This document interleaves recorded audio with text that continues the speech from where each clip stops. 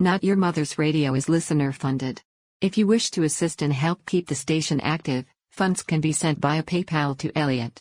Is not your mother at gmail.com. Remember, there is only one L and one T in Elliot. Thank you for your assistance. It is appreciated. David Knopfler is an English singer-songwriter from Newcastle upon Tyne.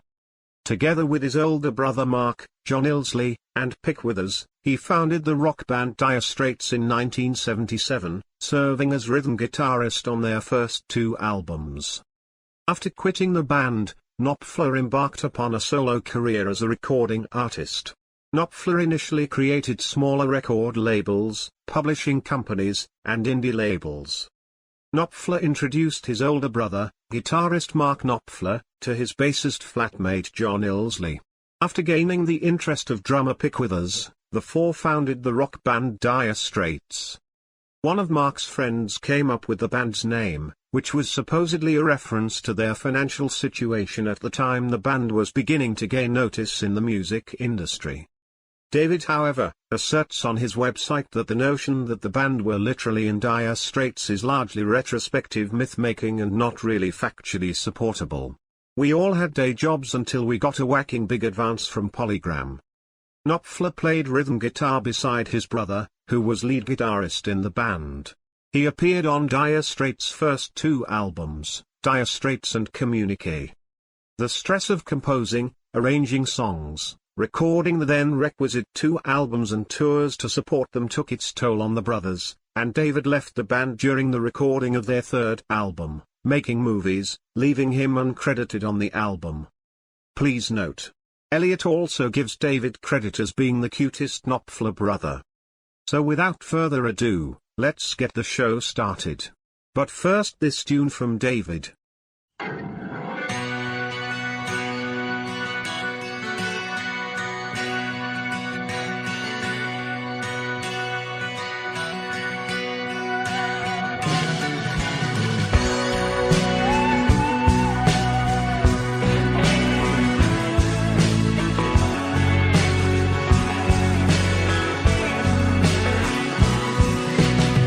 Sometimes there are no words to talk about what really hurts.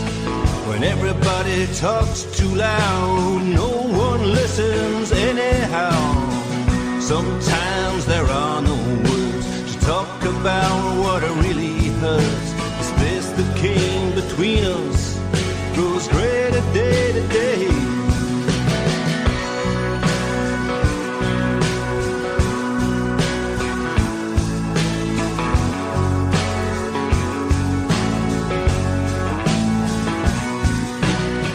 I put on my armored vest, you dress in your party best. The dagger paths a desert, we pass through on the way here.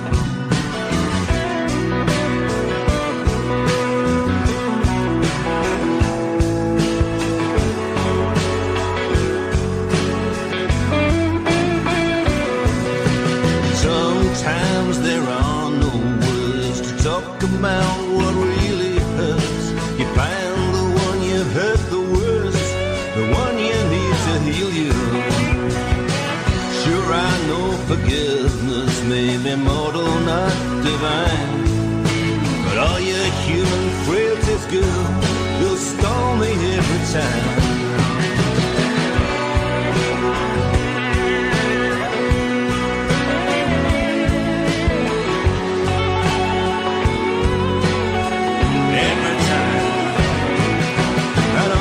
Two-faced yes men will look the other way when half full of truth that's empty, your time 3 sheets to the wind. Tankers, tailors, offshore breaking millionaires, so eager to begin a war of cold attrition, for the eagle wants to win.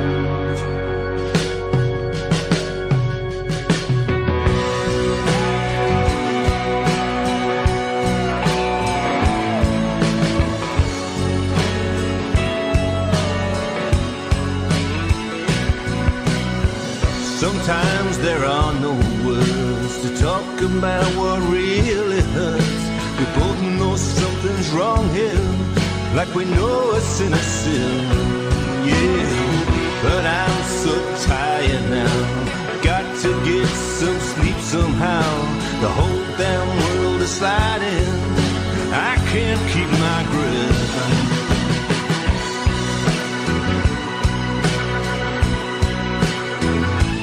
Like the whole damn world is crying, and I can't keep the beat.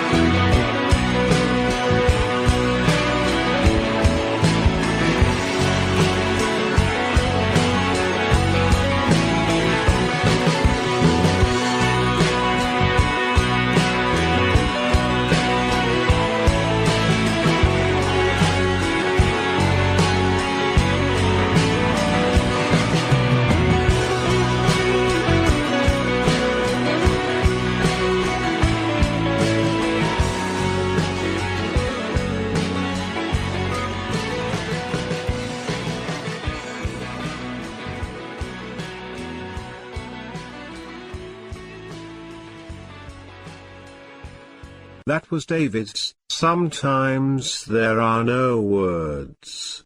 This was taken from his Ship of Dreams release. Time to join David and Elliot. So what's going on? Are you staying safe out there, huh? Yeah, everything seems to be all right. So, well, it's getting a little bit hairy again, but same thing as America. You know, we've got a lunatic in charge, and things are a little bit hairy. But other than that, yeah. Yeah, here too. It's obviously the president got hit, and he's not letting anybody know that that it's still deadly. He's telling everybody, don't worry about it. He feels 20 years younger today. And that's the drugs talking, probably, isn't it? Yeah, it's something talking. They say something about these cortisone steroid things that he's been taking apparently give you a sort of euphoria and a fake sense of invincibility.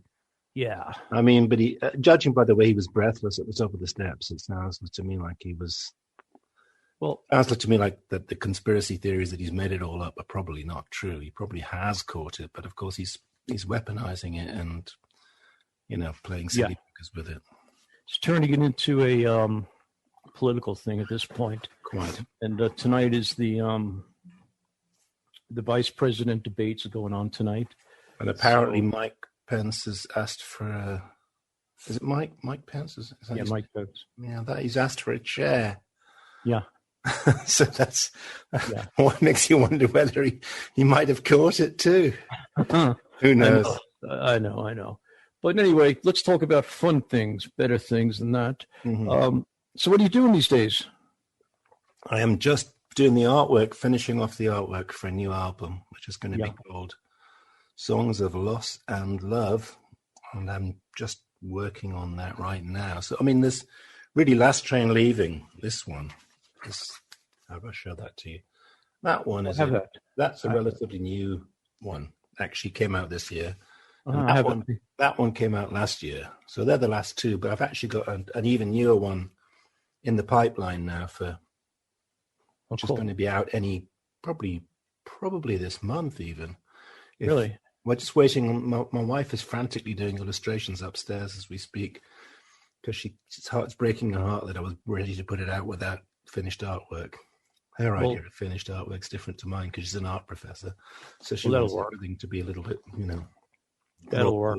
I'd be happy just to, throw the music out there, but she wants the artwork to look right, which is good. She's right. Yeah, it is. It's good to have an artist in the house. My wife went to Pratt Institute. She was a fashion designer, right? So yeah, I know I'm with an artist too. So whatever I do isn't right. It's messy, and it could be done better. as per your backdrop. Yeah. Character. Yeah. So Yeah, man, that is kind of that is kind of loud, isn't it? So anyway, let's get started.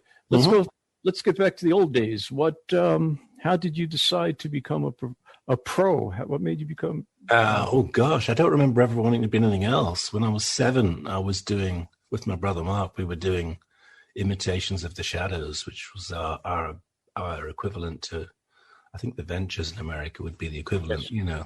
Instrumental band.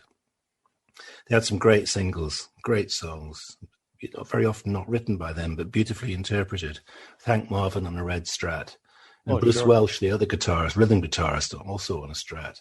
Yeah. So, that was the first, big influence, I think. And then, all the rest of it, the Stones, the Beatles came along in the 60s, And I don't remember ever being everything I did was always geared, even when I got a degree and kind of went to college, it was all thinking about, when I was interviewed, for example, by my careers advisor at 21, just finished college, got my degree.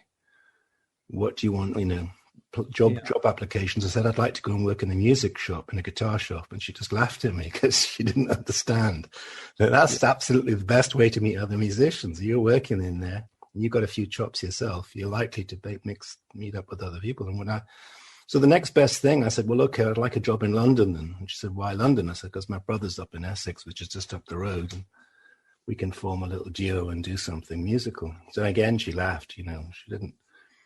Nobody, of course, ever thought, well, it is. It's a bit like winning the lottery, making a living in the music business. It's very, very difficult. Even then it was. It's harder now still. Yeah, it is. And, I'm a keyboard player. I play piano. And, right. But I went a different route. I was managing clubs and things and arenas and stadiums eventually. Wow. Okay. So, I kind of had to give up the playing part to stay in the business because it can get like that. I remember in the 80s and 90s, 80s especially, when I was flying around the world after I'd left Dire Straits and I was doing solo work, and doing the deal became really difficult. Kind of a lot of time got into getting the record deal together, getting the publishing together. Sure. So you'd be jumping into a plane and flying across to 3 or 4 different countries, picking up contract as you go, and coming home with 4 contracts in the bag, and then licensing the work out to different record companies in different countries, and then managing all that stuff. So it became quite tricky to actually figure out where does the time for making music come from in all of this business. And so actually I made a very, very intentional decision at around about my 5th or 6th. I've made about 18 or 19 solo albums. Right. About my 5th or 6th album, it was my 5th album actually, was the straw that broke the camel's back. I decided because I spent 6 months as a mouse person, working on computers to make it. And I made the decision I was not going to make another of those kind of records. And they've all been homemade records, I wouldn't say homemade because some of them have been made in the best studios in the world, but handmade records since then. Records that just put together with real musicians and with real 100% commitment to the art, if you like. Terrible for record sales, fabulous for enjoying your art and for doing the right thing by yourself. And I've never looked back. That was about 1994, maybe 95, something like that, with an album called The Giver. And since then, I haven't really changed what I've been at and where I've been at, which is just pleasing myself. And it's been lovely. Yeah.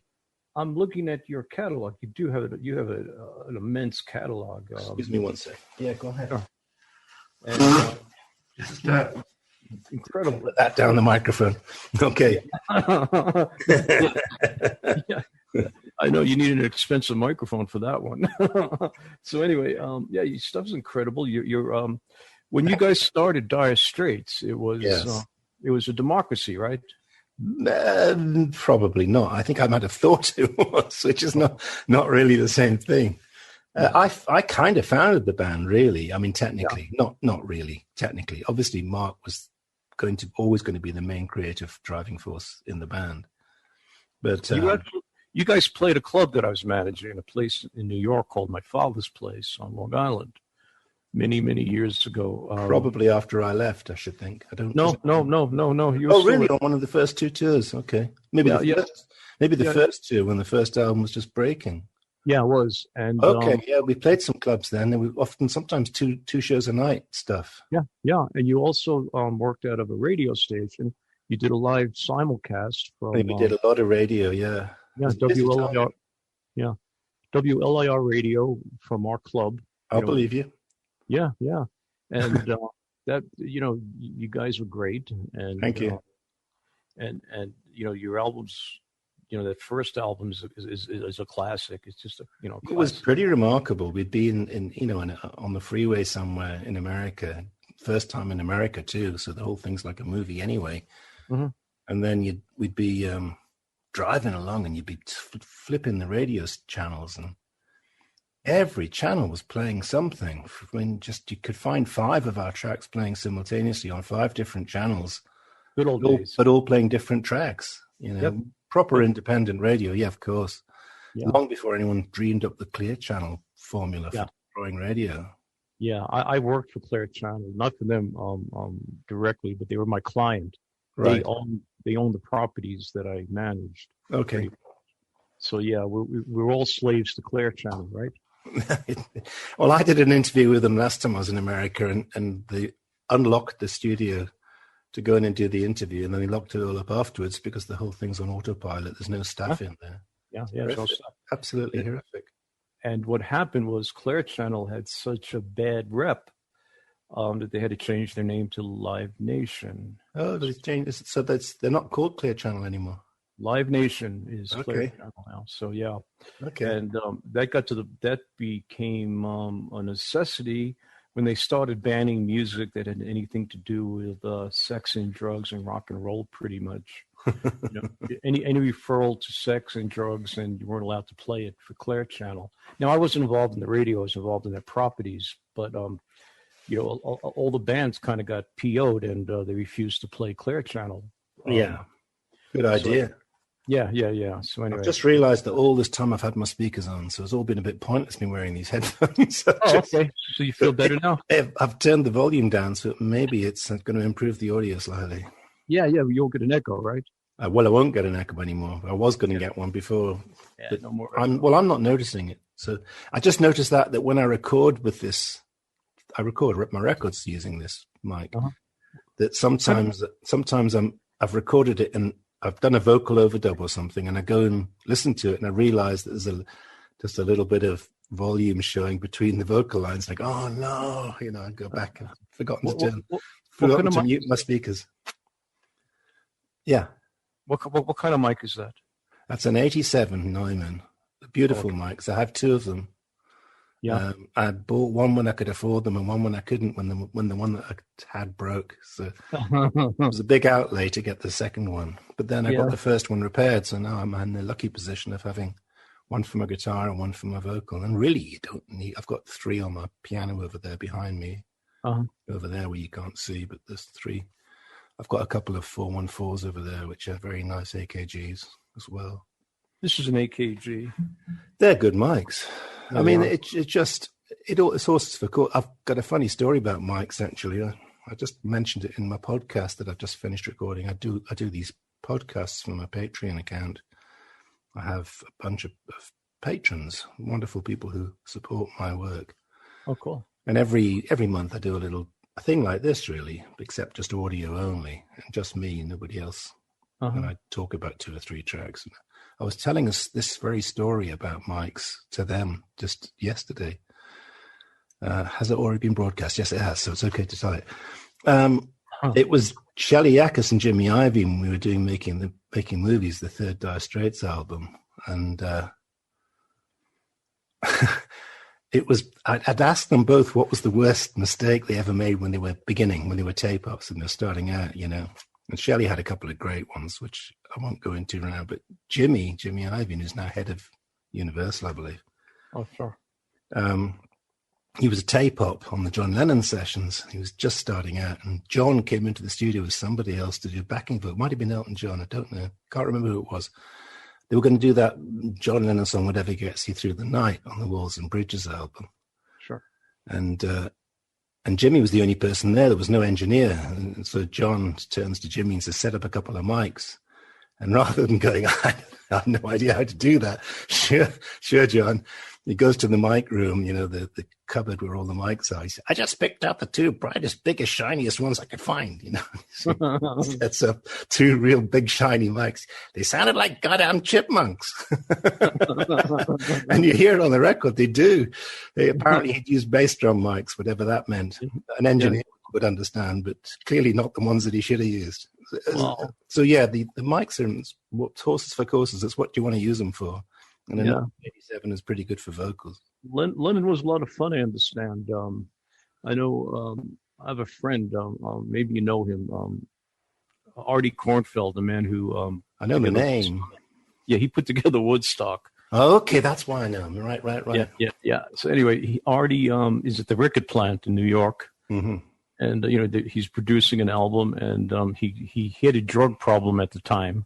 And I could tell the story. I already told it on my podcast. It's been out there for years now. And Artie actually started Cocaine Anonymous. He's the guy who started that branch of it. Okay. So anyway, he's in the stall, and he put out a couple of lines, and he bends down to snort a couple of lines, and his leg gets wet. And he turns around, and John Lennon is urinating on his leg. Oh, nice. And he turns around, and Lennon says to him, "Sorry, mate, but I can't see a thing without my glasses." Probably a true story. So, yeah. Speaking of doing lines, that reminds me of Phil Lynott coming to this gig in London we were doing. The Straits were doing about 1980 and 79, 80, something like that. I've forgotten the name of the venue now. It was about a 2,000-seater theatre. And Phil was guest spotting with us, coming on to do a guest spot. And so backstage beforehand, he lays out 5 lines of coke, of which we all, of course, I've never touched it to this day, never even tried it. 5 lines laid out for us and for him, and we all politely were about to do a show.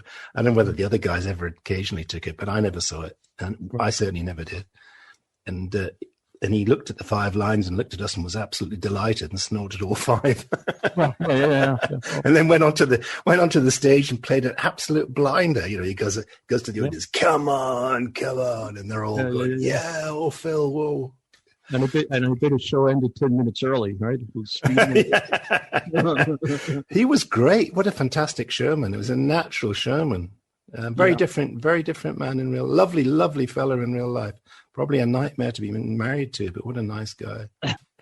What happened with them? I don't know if you want, if something you talk about, if you don't talk about, why did the whole Dire Straits thing, when you were involved with them, they had a different sound than when you left, obviously. I was always wanting it to have the sound that they eventually evolved to. I was so jealous when Alan joined. It was the one regret was that I never, because Alan was the keyboard player, it was my one regret. I spoke to Alan about a month ago. Okay. So my big regret was that, nice guy, that I didn't get to stick around long enough to work. I got to work with Roy Batan, though, in the studio. Right. Which was awesome. Having a keyboard player just made everything so much easier. When I was playing with the band, there was just 4 of us and only 2 guitars. And I was effectively trying to play 2 parts every night. On the record, there was much more stuff going on. And so inevitably, on the recordings and then on the live performance, these have to be translated somehow. And I was having to fill in a lot more stuff than you can really do with 6 strings and 2 hands. So it was always a little bit challenging live. It was, you probably, if you'd looked at videos of me playing in those times, you'll not see my head turning up very often because, busy as all hell trying to make it go. So I was never a Luddite about that. I always wanted the band to be expanded, and maybe not quite as much as it went to in the end, but it was a natural evolution. I think Mark made all the right choices about the band, and it's proven with an album like Brothers in Arms and the sales it got. Yeah, but there's something was a bit special about the 4-piece. Well, that's always the way. People, there's always something nice about early bands and the joint enthusiasm that comes. Also, when people are bringing 110% of themselves to bear on a project, a band project, there's a different energy to when you hire, even with the best will in the world, the best session players. because there's a different commitment, there's a different level of commitment. When I only work with the kind of players who write as they play, and that's what I like. You know, someone like Alan's just naturally creative. My only job as a producer with Alan is to get out the way, let him play. Sure. You'll just, off you'll go. It'll be fantastic, you know. I mean, I'm going to be honest with you. I think Brothers in Arms is where I I don't know. I didn't really love that album. I thought it was okay, but 25 million people disagreed with you there. I know. But that's a perfectly legitimate position. Obviously my fan base, 99% of them, if they know Dire Straits at all, which is I've got a mix. They've got a few that are old enough and that are around and that love Dire Straits. Although having toured for 25, 35 years on my own, obviously in Germany particularly, I've built up a following that it doesn't really have Dire Straits as a reference. But for those that do, of course, the first two albums there's something a bit special about that sound. Yes. Yeah. Now, I thought the live album was spectacular. That happened to have been a great, Straits album. But I think Brothers in Arms kind of jumped the rails a bit. You know, that old saying, jump the shark. I just think it was a little too popsy for what Dire Straits. you know what I mean? No, not really, because I think two songs on there, two standouts. Well, yeah, there were some popsy songs in it, but you can't do anything about songs like the sort of title song, Brothers in Arms. It's just probably Mark's best written song, maybe. I don't know. And then you've got, of course, Money for Nothing, which is just a killer riff. I mean, Mark's done some lovely solo work. I don't actually know very much of it. I came across one of his tracks by accident the other day. I just sat back and thought, it's great, really great songwriting, really great professional. He went back to the first two Dire Straits. He did, yeah. He's gone back. Well, we all have, really. I mean, I went unplugged in '95, as I said. I've been doing, which is good because Harry and I, my guitarist and buddy Harry, who I've known for 40 years, who tours with me. We set out as an unplugged duo with just two acoustic guitars and a piano and no pedals, no effects, and we put on a good show that way. And we were ahead of the curve with that because really it's become very difficult for big, clunky bands that need a lot of PA and kit and stuff to perform and make any money. So we've been making a nice, quiet living doing it for decades. Beautiful. And it's fun. It's lovely. You have total control. And then when you bring the other guys in, it's nice for a little while. But after a few shows with a big band, you're kind of going, Harry and I are just looking at each other going, we can do this song without them.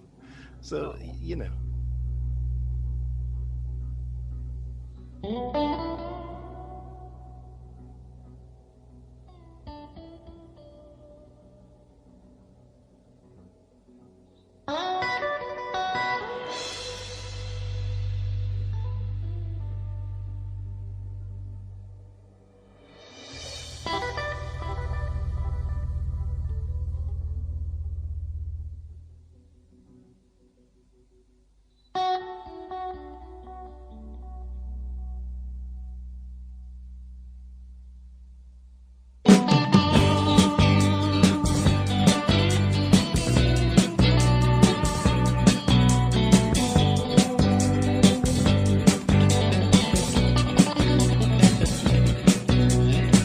surrender on the cute side. You remember we used to run and hide in the shadow of the cargoes. I take you one time. We're counting all the numbers down to the waterline. When near misses on the dog-leaf stairway, kisses in the darkened doorway. Foghorn blowing out a wild and cold. The policeman, he shines a light on my shoulder.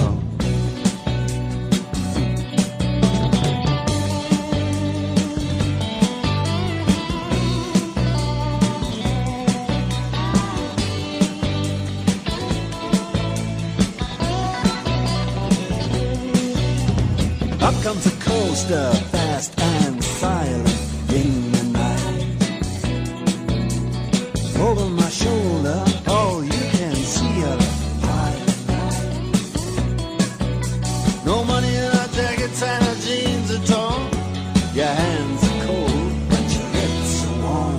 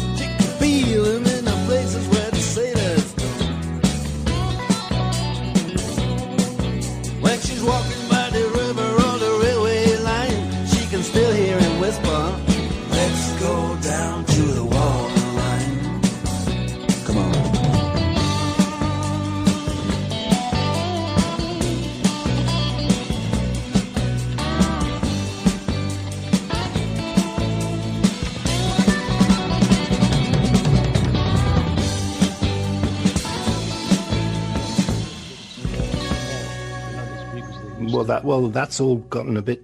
That's all going to be reversed, isn't it? Because if we're ever going to go back to playing live again, we're going to have to go back to bigger venues, which are then going to be 1/3 full. It's the only way it's going to work. Yeah, which is a shame because these small. Oh, they're fantastic. I love it. There's nothing. I hated playing stadiums. Still do. I mean, I've never liked anything that's too big to have proper plush seats. I don't mind a big theatre. But the ideal size for me is about 200 or 300, maybe 400. Anything, 700 even's okay. But when you get up to 17,000 and 24,000, it's black ice. You've got very little control on the stage. It's very hard to get the stage sound to behave itself because everything's so. And especially if it's a one-off setup where you're dealing with crew who don't particularly know what you're up to.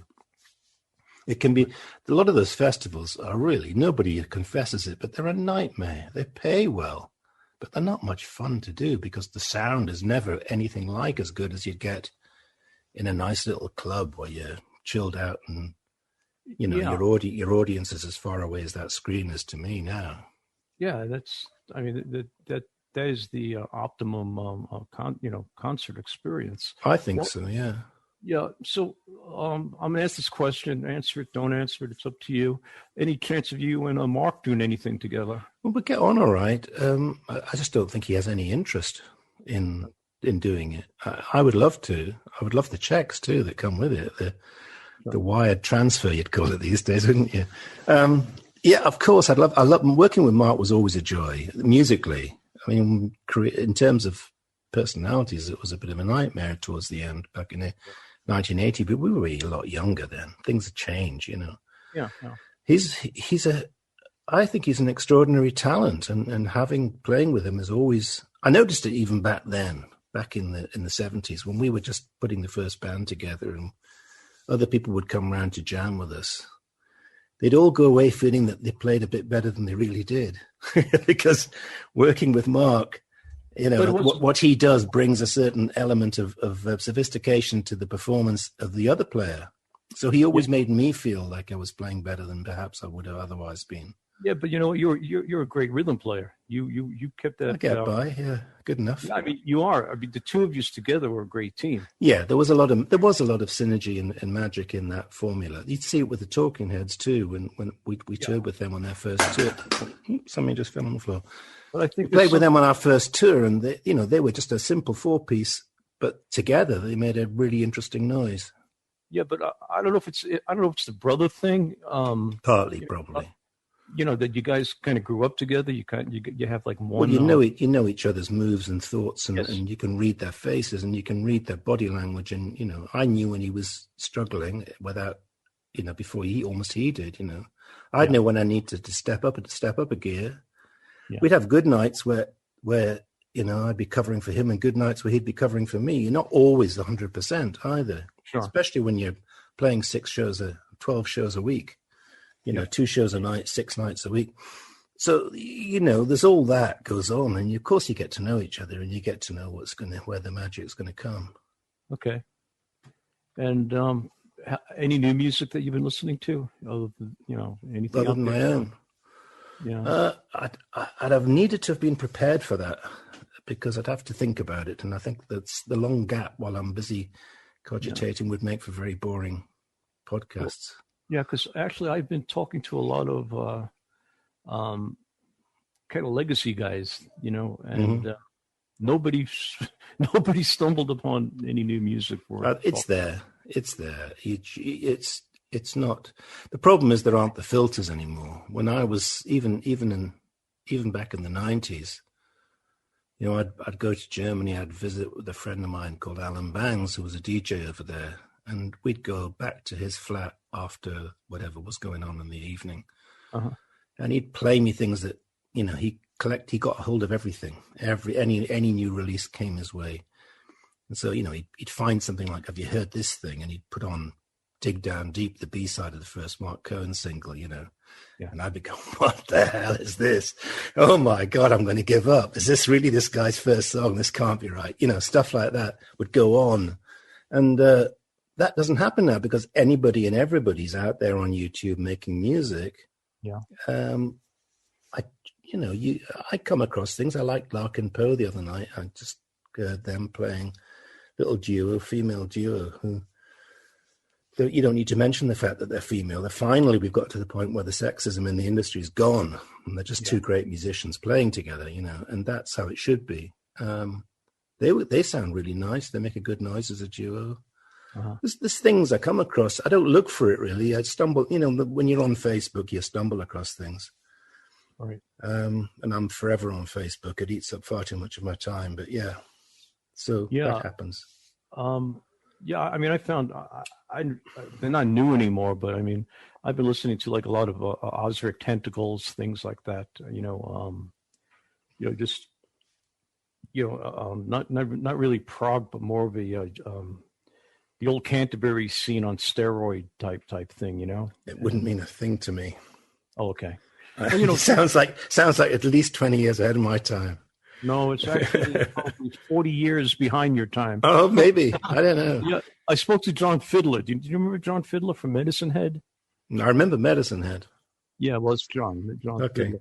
And he was in British Lions, the Mott the Hoople. It's Mott the Hoople plus New People after Ian Hunter left, and things like that. And his sound, the old, John Peel kind of nurtured him in the day. And John had made some really interesting music before he got into punk, and then punk kind of seems to have rotted his brain. His ears. After that, I don't think he even listened to the stuff he played. I think he just got off on being really irritating the local establishment. Well, Medicine Head was a band that he had to sign to his label. John Lennon, Eric Clapton, and Pete Townsend made him sign them to his label. Oh, okay. So we're going back to 68, 69. And yeah. And it was great. It was a 2-man band. And you were talking about the 2-man thing. Go back and check them out. You can find them on YouTube and everything. But John just put out a single now, and he's, I guess, in his late 70s, and it sounds so new and refreshing that it's incredible. Not everybody goes to seed. Not a lot do. Yeah. A lot get worse. A lot of people seem to, and some manage to either get better or at least hold on to us to what they've discovered in their most creative years. I've always liked to think that I'm forever learning and improving, but it's down to what an audience think. An audience will peg you with a certain period of your music, and you may be stuck with that for life. And out of your albums, what do you suggest people listen to really pick up on that David Knopfler sound? I would suggest Last Train Leaving for sure as the most recent release. Okay. I'm pretty happy with that one. And I would also recommend maybe Ship of Dreams, which was CD9, Ship of Dreams, as a good kind of all-round mix of stuff. Harry, my guitarist and co-producer, always has a soft spot for CD7, which is called Small Mercies, CD7. Harry likes that one because I think it's a nice, tidy little project. The songs are good and tight and everything kind of, and we were probably still in our 30s when we made that one. But that's a nice record too. And you have a pretty nice anthology disc out too. I'm just about to do anthology number 4 as soon as the next Songs of Loss and Love's the next album. After that, I'm bringing out an anthology, and then I'm bringing out CD 21, which I've got about 6 songs lined up. So I'm ahead of my release schedule, so to speak, in terms of what I'm doing in the lab. How about a box? Some kind of a box, just your history. David Knopfler. Yeah, I've never done a box set. I noticed that Dire Straits are doing one. They're doing the 6 studio albums, and they're bringing it out at a fantastic price. I think you can pick it up on Prime for about $16.99 or something for 6 albums. It's just it's pounds, that is. Sorry, not dollars, but $25. Yeah. But it's insanely cheap. I mean, you're getting 6 albums for $25. What? How is anyone going to get paid from that? I don't know. I know, remastered and everything. You were remastered, and the remastering's never a good idea. No. I heard the Dire Straits original is much better than the remastered.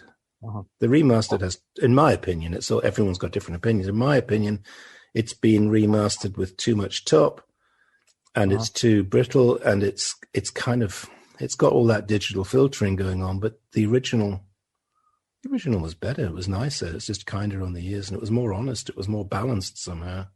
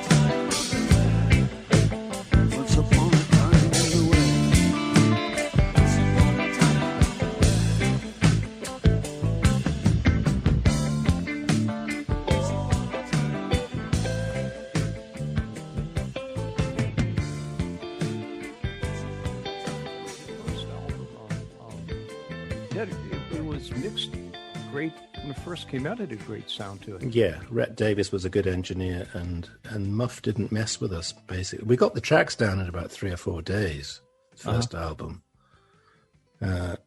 And then basically most of the rest of the time was just spent with Mark, finessing lead solos, finessing his vocals and all that stuff. The band basically got it down real quick. They were more or less live performances. The basic backing tracks were just put down live, and then we'd repair. You might go back and repair the bass part here and there. You might go back and the overdubs were absolutely minimal. I think we probably spent about 10 minutes on backing vocals and about 15 minutes on percussion. The lack of backing vocals on Dire Straits used to upset me greatly. In my fantasy world, we would have been like those American West Coast bands doing lots of. And I think that was the very thing that Mark wanted to avoid. He wanted to keep things stripped down and the singer and the song, which is legitimate. Yeah, but I always consider you, not that your music's anywhere similar to it, but Steely Dan albums always sounded pristine. They always sounded really nice. Yeah, Mark did a session for them once, and absolutely. Stories about it really, you could write a book about it. Fantastic, the stories. How many players they put through their paces to get what they wanted.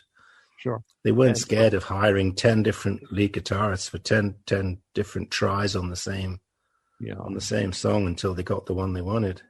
But Dire Straits was obviously not as as deep and everything else as as jazzy and overlayered and overlayers and overlayers as Steely Dan. But your albums always sounded clean and pristine, and they were clean. Yeah, they were well produced. I mean, they were clean, and that got more and more ridiculous as we went along. The first album made in 3 weeks. The second album in about 5 or 6. The third album, we were 5 days getting a drum sound. I mean, if I don't get a drum sound in 20 minutes, I'm going to, hit somebody. Yeah. Insane. I mean, we were working in New York City, paying $200 an hour for the studio at the power station. And we were all in hotels, and every day I'd come in and bang, bang, bang. Okay, let's go back again. Come in the next day, bang, bang, bang. Trying out. And, the whole problem with making movies, it's a great album in terms of songs and everything, production. But man, if you could just turn those drums down a bit, Romeo and Juliet, what a great song. Drums. If you start listening and you start thinking about the drums, man, are they too loud? Because that was the style in 1980. You wanted the drums. It was my fault too, because I'd given Mark Down the Torpedoes. I'd given him that album and said, just play this. This is the record we should be making. So completely my fault, in a way, although it's, of course, Down the Torpedoes, what a fantastic album. Refugee, one of my favorite all-time songs. Jimmy did that one too, right? Jimmy did that one too, yeah. And that's how Mark hooked up with Jimmy. He went to New York and met with him. Yeah. I was horrified when I found out we were going to make it in New York, because I knew that the pressures of just dealing with each other and dealing with the dynamics of the personalities in the band was already stressful enough. I thought New York City's going to tip us going to be one straw too many, and in my case it was. Yeah, I grew up in New York City, so I love it. I mean, it's a great place, but it's not a place for chillaxing, really. No. I mean, you've got to be it's a lovely, vibrant, live place, but you've really got to be on your mettle to be there. We used to tell bands and stuff, if you want to, if you want to hang out and have fun, go to LA. If you want to get your work done. Exactly. Yeah. Yeah. I mean, we once guested on I'm not going to name names, but we wound up back at the Mud Club in New York with a famous West Coast band. Yeah. Every 2 songs, they were all off in the bathroom going, we couldn't get anything done because they were just constantly having fun, or their idea of fun anyway. Yeah, those were the crazy days. I've been talking to a lot of bands a lot of guys from bands now that, that's the reason why so many bands imploded, because of the drug scene back then. I bet. I can imagine it couldn't help. But it didn't help. I'm sure it didn't help. It just... In what little I saw of it all, I mean, I had vice presidents offering me, American vice, you want some Coke? I mean, it was just ubiquitous.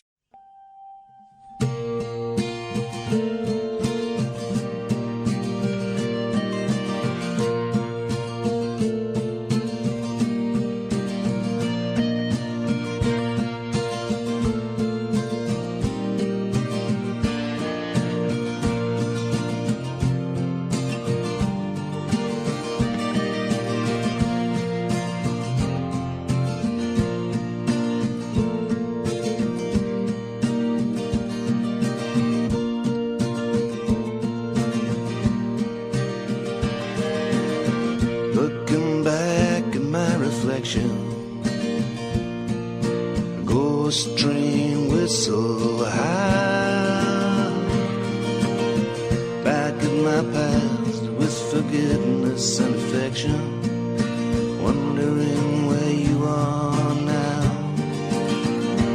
I'm wondering where you are now.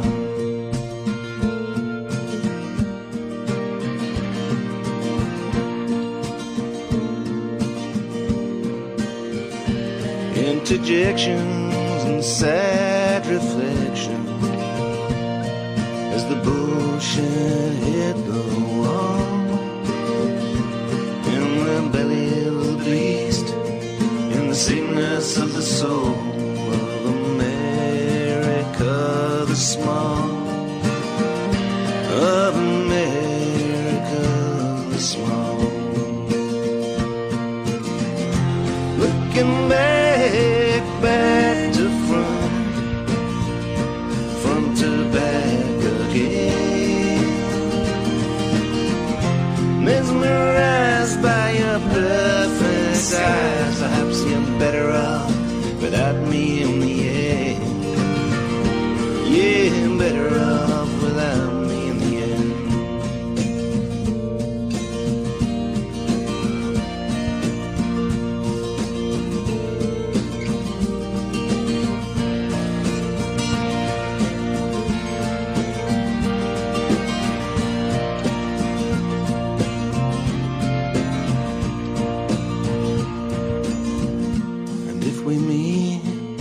Shadowed street, what could you see?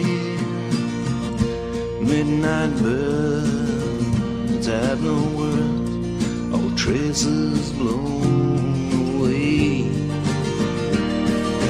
Traces blown away. Looking back to front to back again.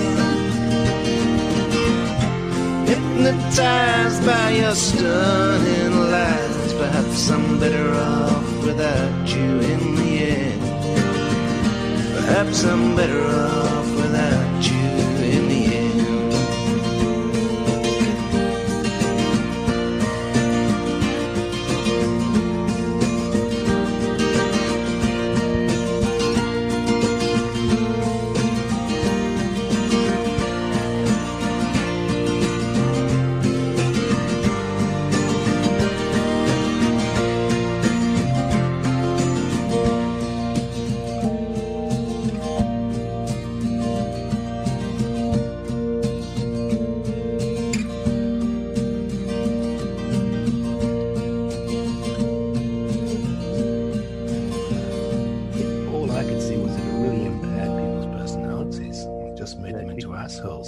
Turned them into kind of Donald Trumps, really. It did, and I think it became like a status thing. If you didn't have your vial in your pocket, and I just stayed away from all that. I had a brief flirtation with smoking pot, which suited my student personality, should I say, before Dire Straits, really. And then I spent 2 years being really responsible as a professional social worker, so there was no drugs then, and then there was the occasional dabble in the early Dire Straits days, but really not much. And so drugs were for me a bit verboten, to be avoided. Although the excessive drinking, on the other hand,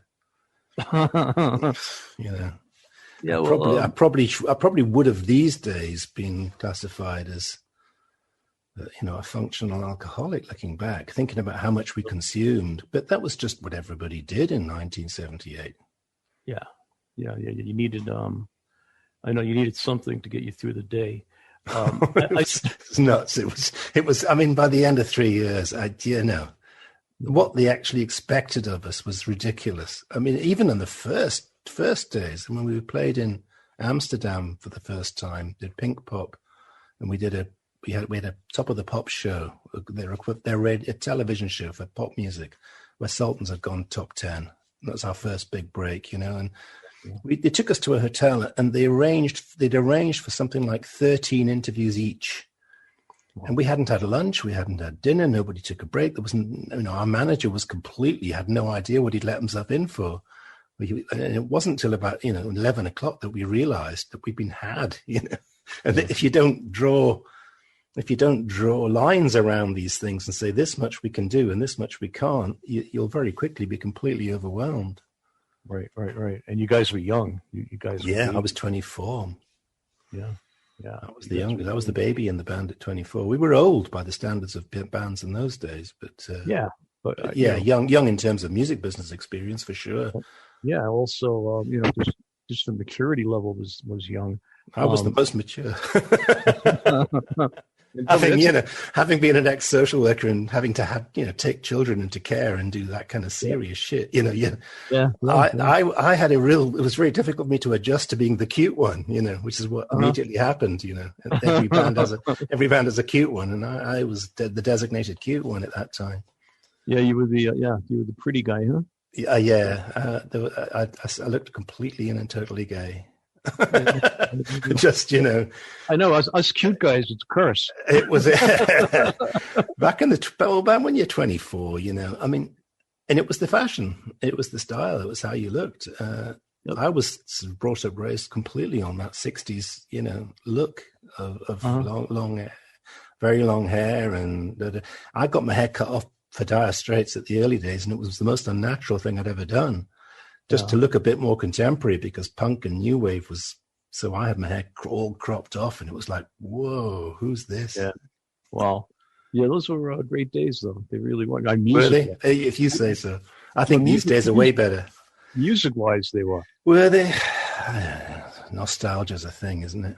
Yeah, it is. It really is. I mean, we all like to think that every generation likes to think that its own period of nostalgic reflection is the one that counts. I mean, everybody's got a different generational attitude to this. I've not that long ago been in little clubs in places like LA and seen young aspiring singer-songwriters. They're totally immersed in their own little scene now at 2020. It's just different. It's different. And they're all geared up. The whole younger generation are geared up to making a living online. Yeah. They'll do a few gigs, but they've got their fan base is all signed up. They've got great websites. They've got Patreon. They've got YouTube. They've got Instagram. They've got TikTok. They've got Facebook. You name it. They're completely up to speed on all of it. I have a degree in marketing. And, do you?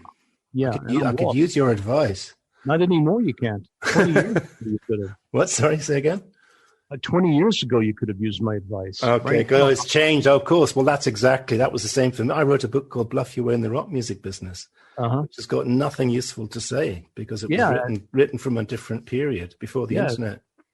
It's incredible. Marketing changed. It did a 180. There's nothing that makes sense to me anymore. No. Well, my son said to me, "Can I see your analytics?" And I said, "What?"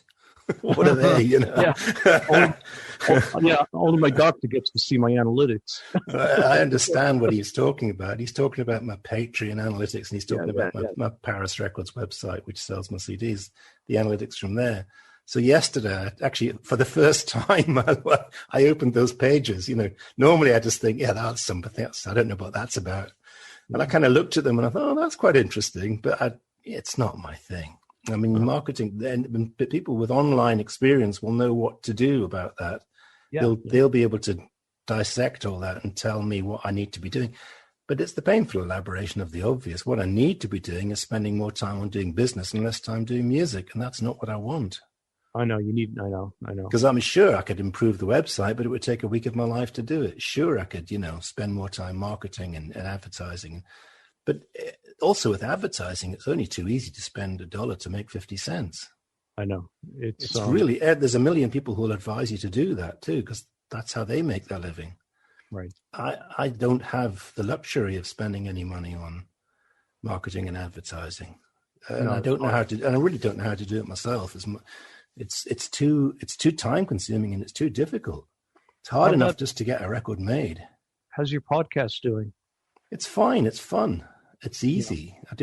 I do about 3 songs and talk for about 5 minutes. Oh, really? I mean, it's just a little 20-minute thing for the people that have signed up to be patrons at my Patreon account. And it's easy. I don't do it once a month, so it takes an afternoon once a month, maybe. Right. That's cool. But I couldn't, I just don't know how to even turn my head to thinking about making a living from what I do. I mean, I make a living somehow, or at least I was until we stopped touring. Right. But it comes from so many different places. None of the income's particularly impressive on its own, but when you pile it all together, somehow you pay the rent and you get on with things. Right. And there's still Dire Straits royalty, right? Sure. Yeah, sure. Yeah. Oddly enough, it does keep coming in because they keep coming up with ever more inventive ways of collecting something. I know the box set's coming on vinyl as well. I don't think that's going to help me, though, personally. I could be wrong. We'll find out. I mean, I doubt if it'll help me financially because we're going to lose all the sales on the first 2 albums. Right. That all the royalties from those will go to zero, while the box set, which will probably pay me about 1/10 of what they would have paid me, right, will come in. But I doubt if it'll compensate. I think it'll probably balance itself out. I doubt if I'll feel any benefit from it.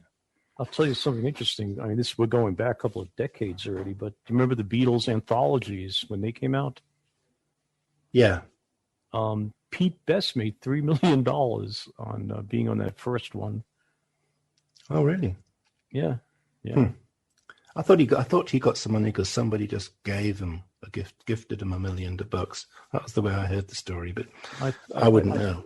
I thought he made $3 million on. I rather doubt it. I'm not saying he didn't make something, but these stories, people add notes.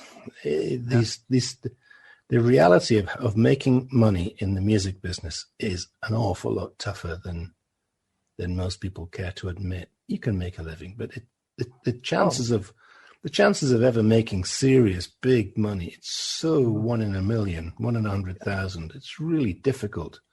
These runaway hits, they're so few and far between. And nowadays, I don't think there are any. Yeah, well, I'm making a ton of money in my podcast. There you go. Well done. Yeah, I made $12 last month, and it cost me $20 to host it.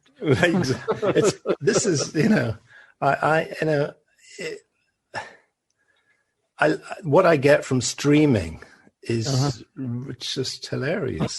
Yeah, so I mean, something like Spotify that pays point whatever it is, I don't even know what it does with 0.0003 cents a play or something. I was so happy I got $12, and then I said to myself, "Wait, you idiot! It costs $20 to do." I mean, it's not. It comes in. I get a few hundred here and there, and sometimes a few thousand here and there. It comes in, but it's not easy, any of it. There's a tour is a much more simple is a much simpler proposition. You've got a net in and a net out, and you know what you're going to make.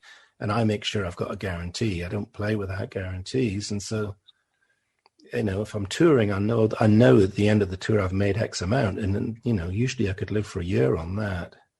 Okay, you come to the States? I mean, obviously not now. Not this is that doesn't include the States. So because when you play the States, you've got. I mean, my last American tour, there were more flights than there were gigs. Your costs are completely unmanageable. Are you any shot of you coming back here? I don't have an agent worth talking about. I have an agent called Keith Putney, who's arguably the worst agent in the world. I mean. Bless him, Keith. I mean, I don't know how he makes a living, but he's certainly not proactive. Yeah. I mean, if I got an overwhelming demand from individual venues directly to me, and then I send those to him, he would throw together a Crazy Heart tour, which would make no sense. He'd just plug them all together, and there'd be, ridiculous journeys up and down and across the country to make it work. And it wouldn't, I mean, I've never had I've never had a manager, and I've never had an agent in America. Right. And you would need both those things to make America work. But I've toured a few times, and I had a lot of fun. It's lovely to play. What I love about playing in America is that you've got an audience where you don't have a language barrier. I mean, there's almost less of a language barrier when I play to an American audience than there actually is when I play to an English audience. I mean, because they're so attuned to listening to the song and listening. Right. They really listen in America. I mean, and it's wonderful because you'll get this the very different quality of feed, and they all clap on the 3 in America. They understand that, or on the 2. The 1, 2, 3, 4, or 1, 2, 3, 4. They can be very sophisticated in the way they clap. In Europe, it's all 1, 2, 3 every time. I write songs when I know I'm going to do a clap along. I write a song that's going to work with a 1. You go and play in America, and they go and hit the 2, and they go, no. You and James Brown, it's on the 1. Yeah, I write a couple of songs deliberately, thinking in the back of my mind that will be the clap along. Yeah. And you need a clap along. It's good to have a clap along. It's fun to have a clap along, but you need to make. Sometimes they don't always lend themselves to the clap. Yeah, that was James Brown thing. It's on the 1. Good idea. Yeah. Maybe you ought to put together a reggae band. Well, that was a nice thing as well while it lasted. Reggae in the 70s. That was it's nice when you come back to it fresh after having not heard it for 20 or 30 years. It's a pain in the ass when you can't get away from it. If you're living in Brixton in London, it's just there in your face, back as it was back then in the 70s. You couldn't escape it. Right. So if you could get something lined up in the States, you would come across and do something. I don't know is the honest answer, Elliot. I'm getting older.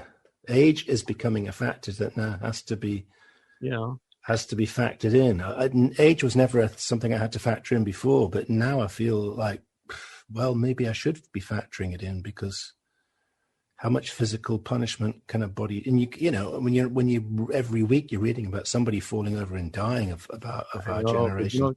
You're going to fall over anyway one day. So well, no, it's not. The thing is, the gig isn't the hard part. The gig's the easiest. The gig's easy. Carrying 2 guitars, across time zones and on aeroplanes, up and down. And I mean, the last 2, as I said, there were more flights than there were gigs. I wasn't joking about that. That was a fact. I know. Most of the shows involved at least 2 flights to get there. Right. And then 2 flights to get out of it again. I mean, you can't do 2 flights and then do a show that night. Not expect to be punished physically for doing it. And if you're being put into kind of bad motels while you're at it, where sleep is going to be, and lousy food, everything's going to be second rate. Yeah, I mean, it's difficult, and you're perhaps being transported in not the greatest of vehicles. Right. But you've got a back-cracking van that's got seats in it, but it's not really a proper touring bus. It just so much depends on the level. And as you get older, and you've done thousands of shows, this sort of stuff gets very real very quickly. If things are badly handled and you've just got a bums on seats promoter who doesn't give a shit, it really very quickly becomes something to be avoided at all costs, because it can cost you your life. Yeah, it can. It can. But what kind of gear are you playing now? What kind of? Well, I've got a nice little grand piano I've had all my life, which I bought back in 1980, which suits me just fine. A black grand piano, which is, you can't see, but it's over there. I would, if I had a camera I could turn, I would show it to you, but I'm on a fixed screen here. And I have a huge collection of guitars, that are all very, precious to me. They get more and more. It used to just be tools for me, guitars. I never cared about them when they were a dime a dozen. My favorite guitar was usually somebody else's because they'd taken the trouble to set it up properly. But I've gradually come to having a much deeper appreciation of what a great instrument can do and what it can deliver. And because I'm playing better now than I was then too, my playing's improved every year. I've gone on working at that. So I can now get around the neck a lot more than I used to. And so it matters to me more that, and I don't use a pick really anymore. I was kind of forced to use a pick with Dire Straits because it was the only way to get the thing done. But I'm back to fingerpicking pretty much with everything I do now. So it's very important to me that the quality and the tone is there. So I've got some very, very nice acoustics. I've got a Breedlove to hand. I can see a Breedlove. I've got a Furch. I've got a local one, the name of which I've forgotten. It's made by a local luthier. Hang on 2 seconds. Let me just see if I can read it from here. The name's escaping me. Okay. I can't read it without wandering over to get it. Why don't I do that? Just hang on a second.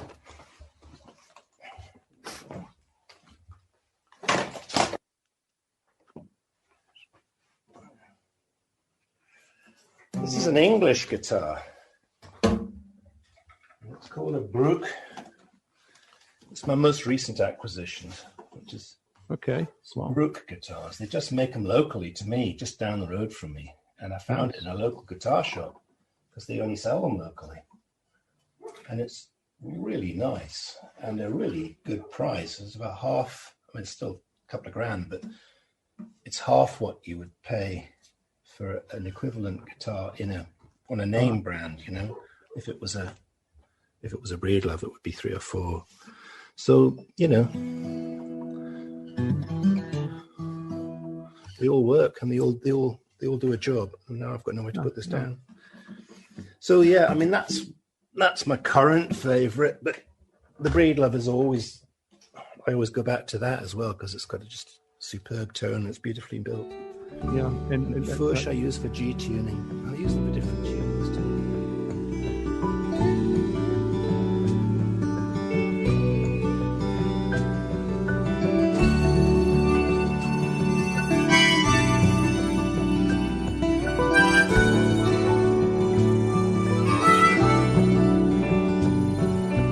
There's my boy riding high.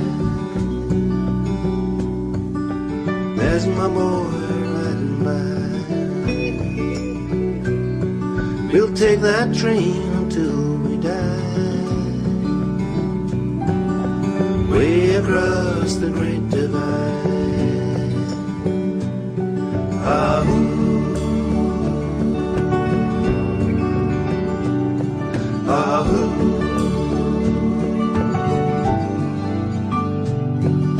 Strangers looking, strangers stare. Wolf boy sees 'cause he's aware. People run, but he don't care. He's here, but he is not all there. Ah-hoo, ah-hoo. And it's all about the hunger, and it's all about the feast, and it isn't all for nothing, for some there is release. Ah-hoo, ah-hoo, ah-hoo.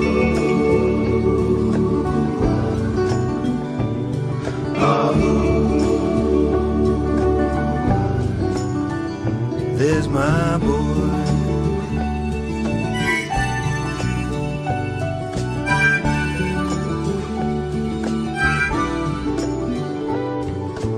Pretty girls, they come and go. Pretty girls all in a row. Wolf boy, he could have his pay, but he gently tugs the one who says, ah-hoo, ah-hoo, ah-hoo.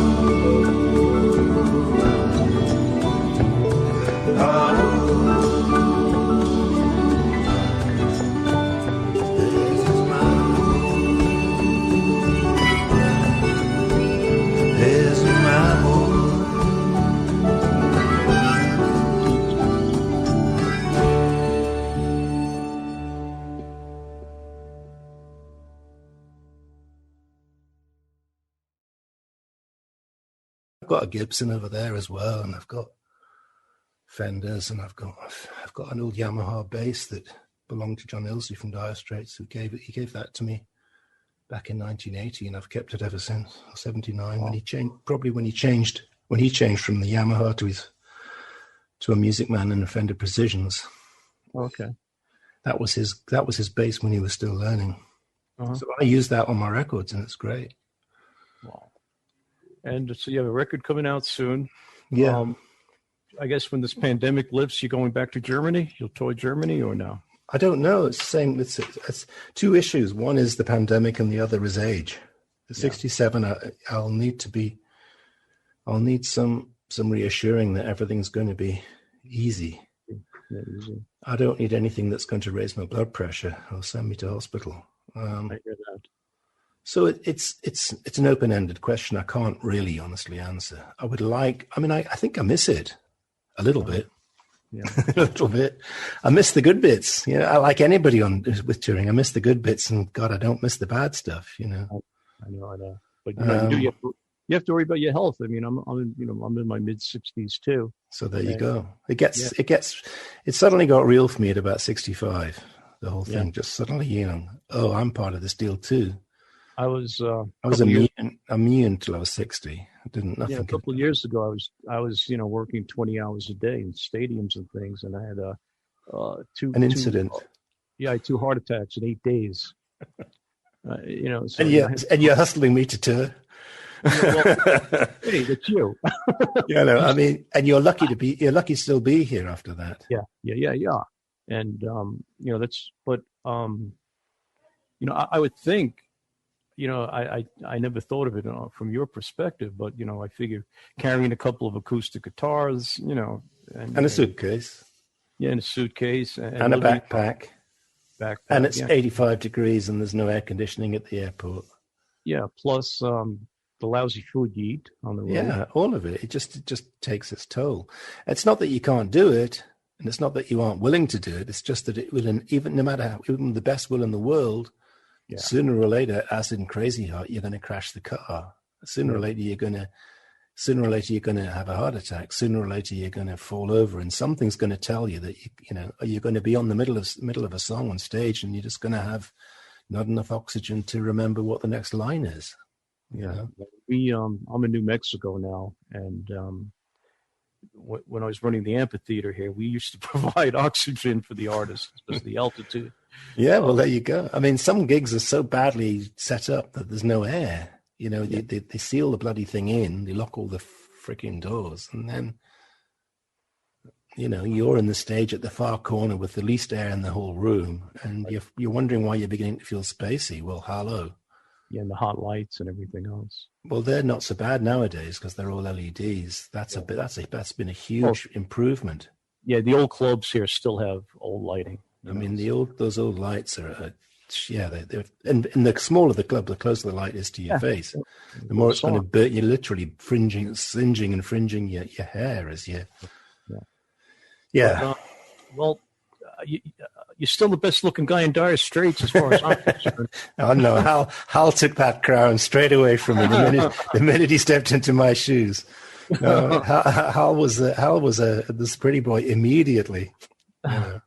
Yeah, well, you're still the pretty boy where I'm concerned. You're still eye candy in my book. Well, we're all good buddies. We all get along. I never played with Hal, but we've got a co-write on the next album. We've written something together. So Alan's worked on my records very often. So Alan's a great guy. Alan's a sweetheart. Very talented and very nice, very together guy. Yeah. So is Terry still playing?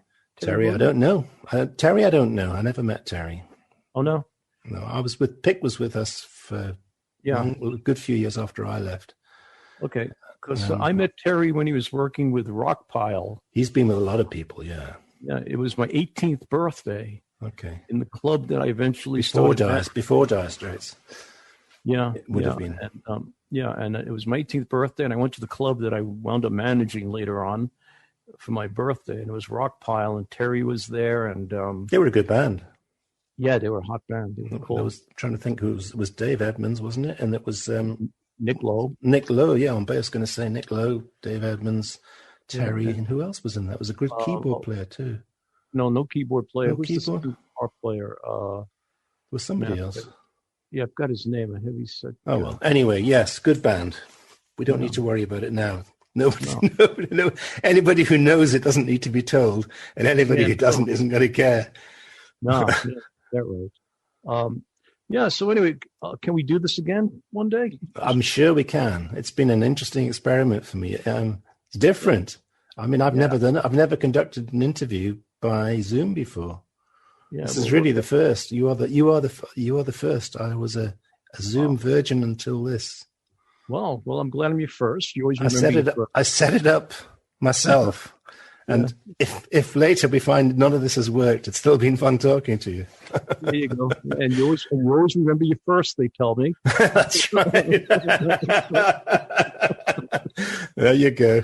So good talking to you, Elliot. And I haven't done an interview in years either, so I'm a little bit rusty all around. So good. I think it was fine. Why not? Yeah, it was. Very real. I mean, real is what you want. Yeah, it is. It is real. And I'd love to do it again with you. Sure. I'm happy to. I'll get a different backdrop. One that's Me too. Me too. It'll be a nice black professional drop, and it'll all sound better, and it'll be a lot less interesting, probably.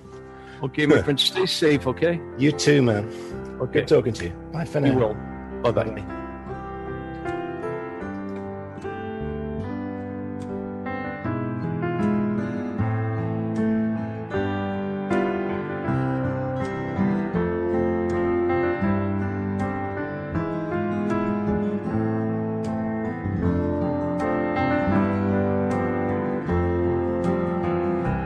Well, I can't forgive them Coen brothers killing little Blackie.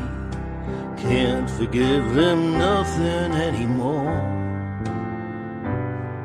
I can't forget the way she cried. Can't forgive the way she died. Can't forgive them nothing anymore. No, I can't forgive them nothing anymore. And I can't forget the stupid way they killed off little Blackie after she'd done nothing wrong at all. I can't forget the way she cried. Can't forgive the way she died. Can't forgive them nothing anymore. No, I can't forgive them nothing anymore.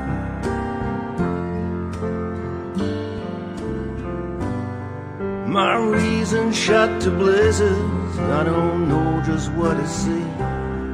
You never kill the horses or the dogs, and I know it's just a movie with something fierce at play, but still I wish they hadn't ended it that way.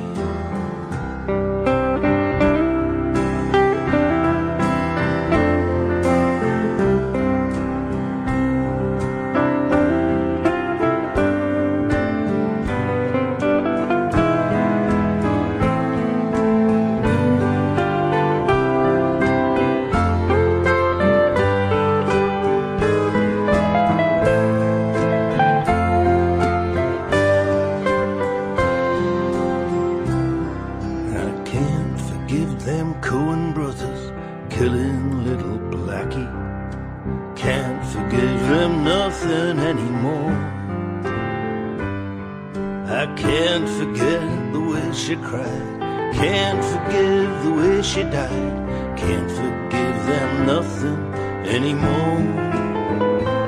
No, I can't forgive them nothing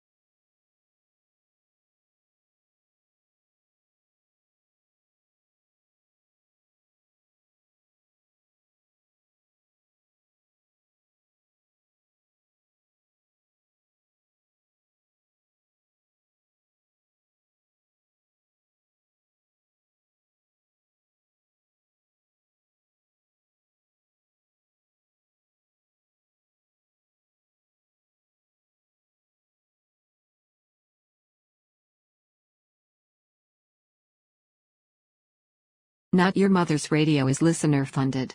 If you wish to assist and help keep the station active, funds can be sent via PayPal to Elliot.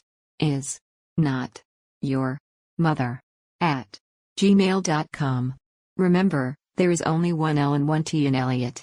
Thank you for your assistance. It is appreciated.